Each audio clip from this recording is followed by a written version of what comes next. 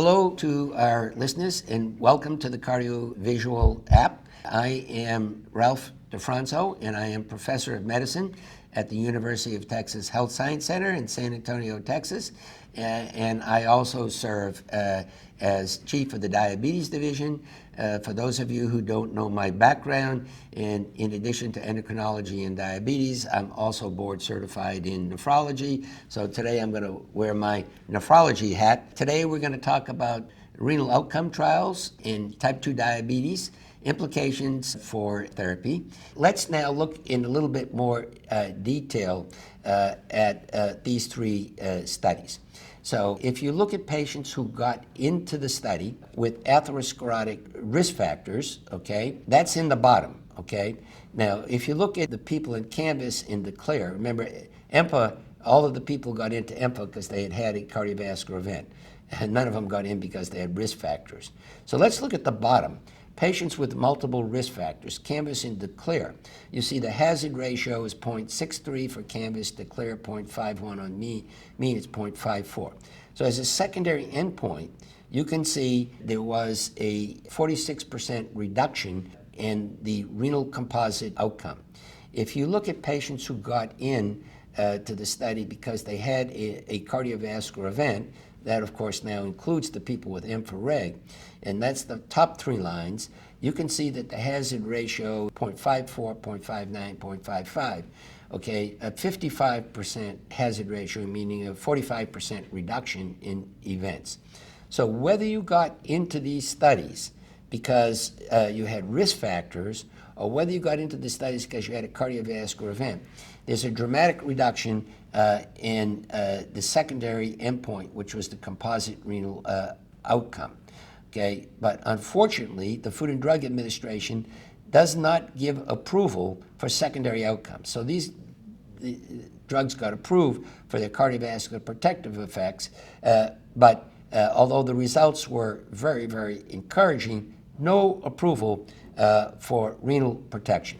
So first study to show renal protection and get approval by the FDA was the CREDENCE study. 4,400 type 2 diabetic individuals. To get into the study, you had to have a reduced GFR between 30 and 90 and or macroproteinuria. And the composite renal outcome, the primary endpoint, was end-stage kidney disease, meaning dialysis, transplantation, doubling of the serum creatinine, or renal or cardiovascular death. So here's the Kaplan-Meier plot. Hazard ratio 0.70. Curves separate at year 12 and then continue to progressively separate thereafter.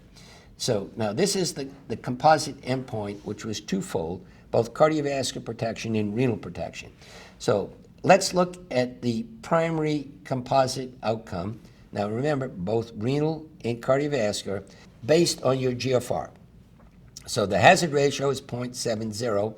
Now, that's the dark yellow. If we look at the light yellow bar, the slashed white bar, and then the stippled yellow bar, I've broken the people into GFRs 30 to 45, 45 to 60, 60 to 90. Doesn't make any difference what group you're in. The primary composite outcome was significantly reduced, okay? So now let's look at the renal specific outcome. Did we get renal protection independent of cardiovascular protection?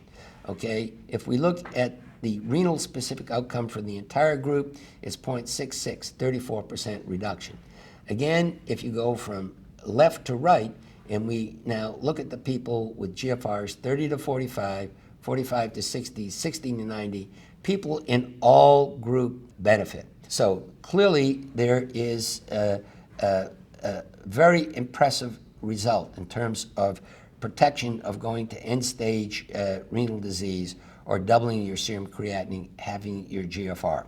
So in this slide, what I've reproduced for you to the left are the CREDENCE data, because we've had another study called DAPA-CKD, dapagliflozin in chronic kidney disease. And you can see that the hazard ratio here, 0.56, 44% reduction in the composite renal outcome. Very, very similar to the CREDENCE study. Again, curves separating at 12 years and progressively separating thereafter. But DAPA-CKD added a little bit more. What did it add? Because in DAPA-CKD, they were both diabetic and non-diabetic individuals, and it didn't make any difference. Whether you were diabetic or non-diabetic, people with chronic kidney disease benefited equally from the addition of dapagliflozin. There's a similar study that's ongoing now with empagliflozin, and within the next year, I think we'll have those data. And my guess is that they'll be very similar to the data that we're seeing here with canagliflozin in CREDENCE and dapagliflozin and the DAPA-CKD study.